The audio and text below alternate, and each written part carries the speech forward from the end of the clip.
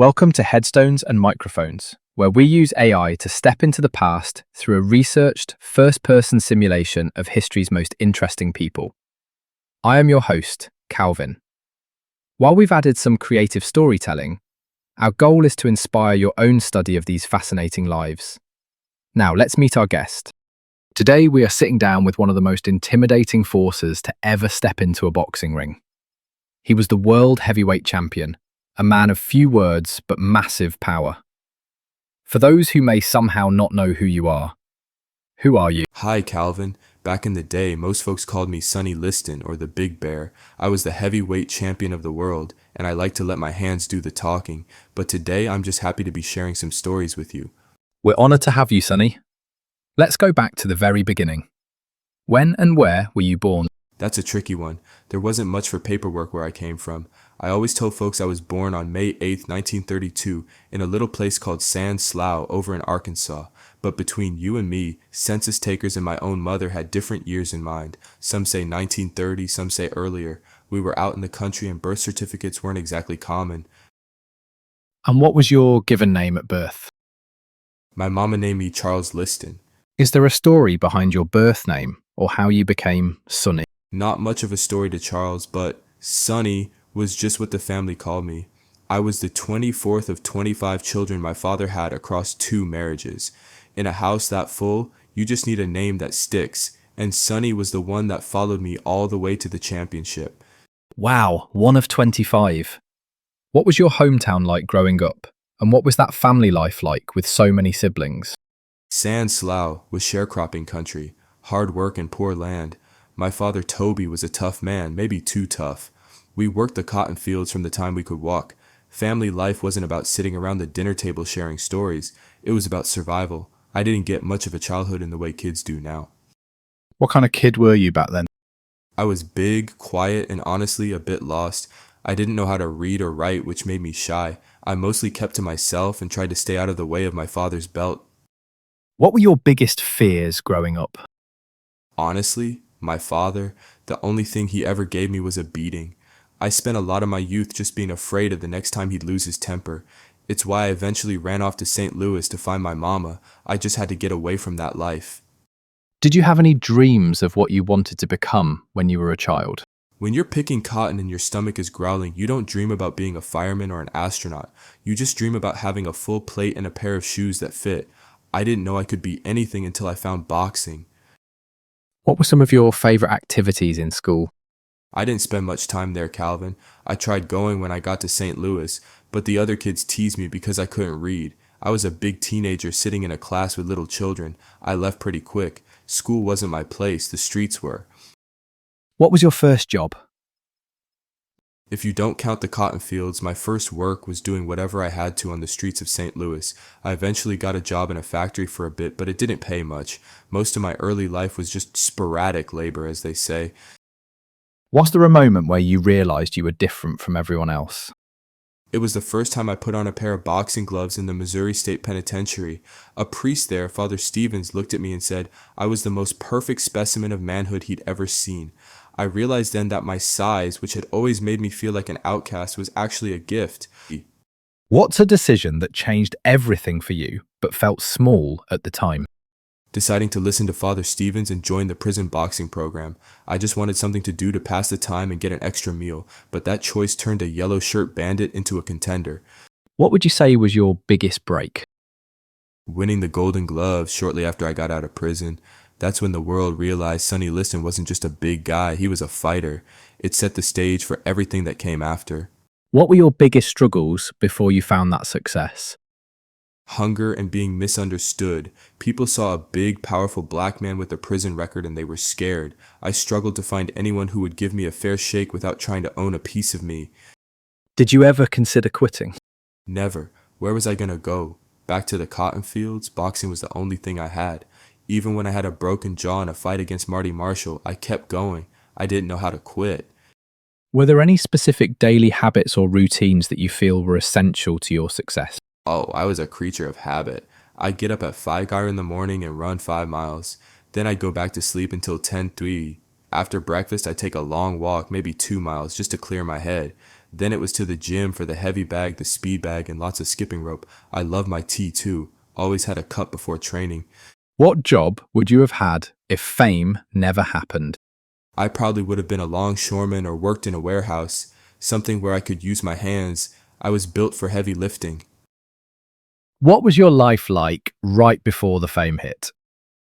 It was tough. I was fighting for small purses and living in St. Louis. I was still under the thumb of folks who didn't always have my best interests at heart. I was winning, but I wasn't Sonny Liston yet. How did your relationships change after you became the champ? You find out real quick who your friends are. Everyone wants to be near the title. My wife, Geraldine, she was my rock. She stayed the same. But the rest of the world, they either wanted to use me or see me fall. Did fame bring you happiness? It brought me a better life, but I wouldn't say it made me a happy man. It's lonely at the top, especially when people are waiting for you to mess up. But having a nice home and being able to take care of my family, that felt good.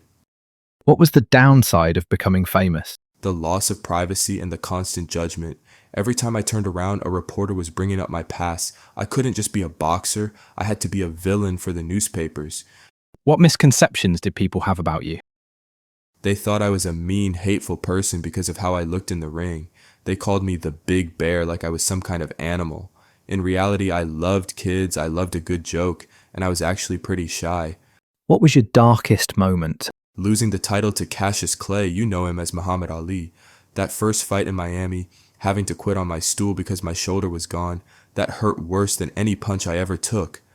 What past regrets did you carry that you actually spoke about? I regretted not getting an education. It's hard to navigate the world when you can't read the contracts people are putting in front of you. I felt like I was fighting with one hand tied behind my back my whole life because of that. Tell me about a time when everything went wrong and how did you handle it? My fight with Marty Marshall in 1954. He caught me with a punch while I was laughing and he broke my jaw.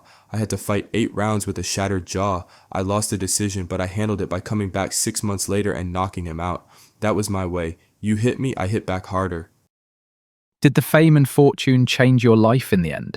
It moved me from a shack in Arkansas to a nice house in Las Vegas. It changed my zip code, but it didn't change the man inside. I was still the same Charles from San Slough, just with better suits. Who had the biggest influence on your life? Father Stevens in prison and my wife Geraldine. One gave me a career and the other gave me a home. What was life like in your final years? I was living in Vegas, still fighting a bit, trying to stay busy. I was doing some promotional work and just trying to enjoy the desert air. It was a lot quieter than the championship years. What were you working on in your career right before you passed away? I was still boxing. I had a good streak going, won my last few fights by knockout.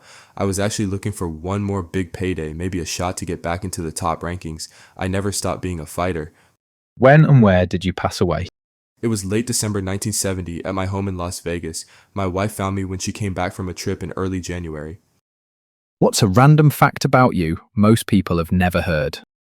I had some of the biggest hands in boxing history. My reach was 84 inches. I had to have my boxing gloves specially made because standard ones just wouldn't fit these paws. What's the craziest rumor ever told about you? Oh, take your pick. People said I was a hitman for the mob or that I took a dive in the second Ali fight because of a phantom punch. People loved to make up stories about me because I didn't talk much. What was your most unique habit? I used to soak my hands in brine, salty water to toughen the skin. I wanted my fists to feel like stones when they hit someone. What was your favorite food? I loved a good steak. After all those years of being hungry as a kid, there was nothing better than a big, thick steak. Did you have a favorite restaurant? When I was in Vegas, I liked the local spots where I could sit in a dark booth and just eat in peace. I wasn't much for the fancy tourist places. What was your favorite book? Since I struggled with reading, I didn't have a favorite book in the traditional way, but I loved looking at the pictures in magazines and having people read me the sports pages.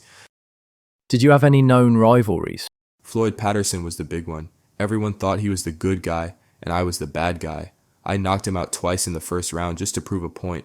And of course, Ali. We had a rivalry that changed the sport forever. Tell us a story nobody talks about.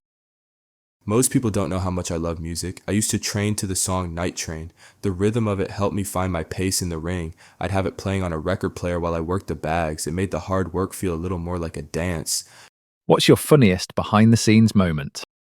One time, a reporter asked me what I thought of my opponent's reach. I just looked at him, held up my giant hand, and said, "It doesn't matter how long his arms are if he's laying on his back." So, the look on his face was priceless.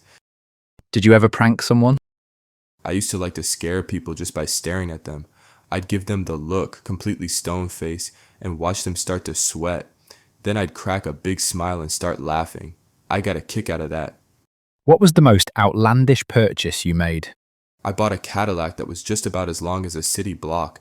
It was bright and shiny, and it was my way of telling the world that the boy from the cotton fields had finally arrived. What advice would you give people chasing success? Don't let your past define your future. I came from nothing, no education, no money, and a lot of trouble. But I found one thing I was good at, and I worked harder at it than anyone else. Find your one thing, and don't let anyone tell you that you aren't good enough to win. Sonny, this has been incredible. Do you have any closing remarks about the interview or the stories you shared that you would like to share with the listeners before we sign off? I just want folks to know that there was a heart behind the big bear. I'm grateful for the chance to be remembered as a man, not just a headline. Thanks for having me, Calvin. It's been a real pleasure to step back into the light for a bit. Sonny Liston, everyone, a man who fought his way from the cotton fields to the top of the world. We talked about his massive reach, his 5 a.m. runs, his love for a good steak, and the quiet man behind the most feared stare in boxing history. Sonny, thank you so much for joining us. And that wraps up another conversation from Beyond the Grave. Thanks for joining us on the Headstones and Microphones podcast. Remember, legends may die, but their stories never do. Please help spread the word by sharing and following the pod.